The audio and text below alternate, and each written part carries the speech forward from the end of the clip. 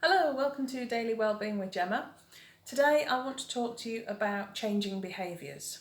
So we've talked a lot about setting goals, trying to make things happen, but one thing to bear in mind that often gets overlooked is that there's different kinds of behaviour. There's different kinds of change that we want to make, and depending on that kind of change depends on the approach we ought to take. So I'm going to give you a little overview of some of the types of behaviour you might be wanting to engage in. So I've got this matrix to work with, and we can sort things into creating behaviours or preventing them, and things that are low effort versus high effort. So let's say we want to create a low effort behaviour. This is things like a novice activity, such as going for a walk each day, eating more fruit. In some ways, these are the easy routines and habits that we want to put in place. And so with these activities, we want to have a routine, we want to make it fun, we might want a little bit of social encouragement to make it happen. We want that regularity, maybe even a sense of reward or ticking off that we've done it. If we want to create a high effort activity, these are kind of expert skills. So this might be things like learning a new language. It might be playing an instrument, learning to write a report. Often these are things that we're learning. And so they're very different to these. You know, just having a routine isn't going to be enough because they require a lot of determination, a lot of focused practice. You have to learn one thing and then layer on the next level and then the next level. Whereas going for a walk each day, once you've done it, you've done it. So with these, you might need focused instruction, you might need a teacher, you might need an end goal in mind, such as I'm going to learn a language by this date, ready for this holiday. It might be that you have to have milestones along the way. Because it's such a big task, you might have to break it down to get motivated. And you have to have a really good reason for doing these things, otherwise that effort might deter you.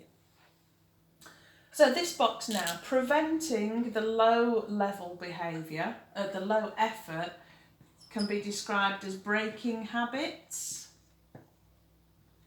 So this might be things like biting your nails. It might be things like snacking in the day. So we've kind of ended up with a routine that's not working for us. There's a little bit of a trigger, such as, you know, I'm bored in the afternoon, or I'm watching a film and I just do that. So in order to change this behaviour, because we're getting rid of things, we have to have a different approach to when we're creating behaviours. So it might be that we have to notice that behaviour when it's happening and be more mindful that, oh, I'm doing this thing, ready to stop yourself. You might have to put distractions and barriers in the way. So putting your snacks in a tin, in a cupboard, in another room, so that you're not just going and fetching them automatically. You might again want to have some sort of reward system where every time you manage to avoid that thing, you reward yourself with something different. And just kind of noticing as well what the alternative behaviour is instead. Because a habit is a pattern in your brain, you have to usually replace it with something else in order to prevent you going back to the old behaviour. This last one's a bit more complex, so preventing in a high effort way. This is normally breaking an addiction.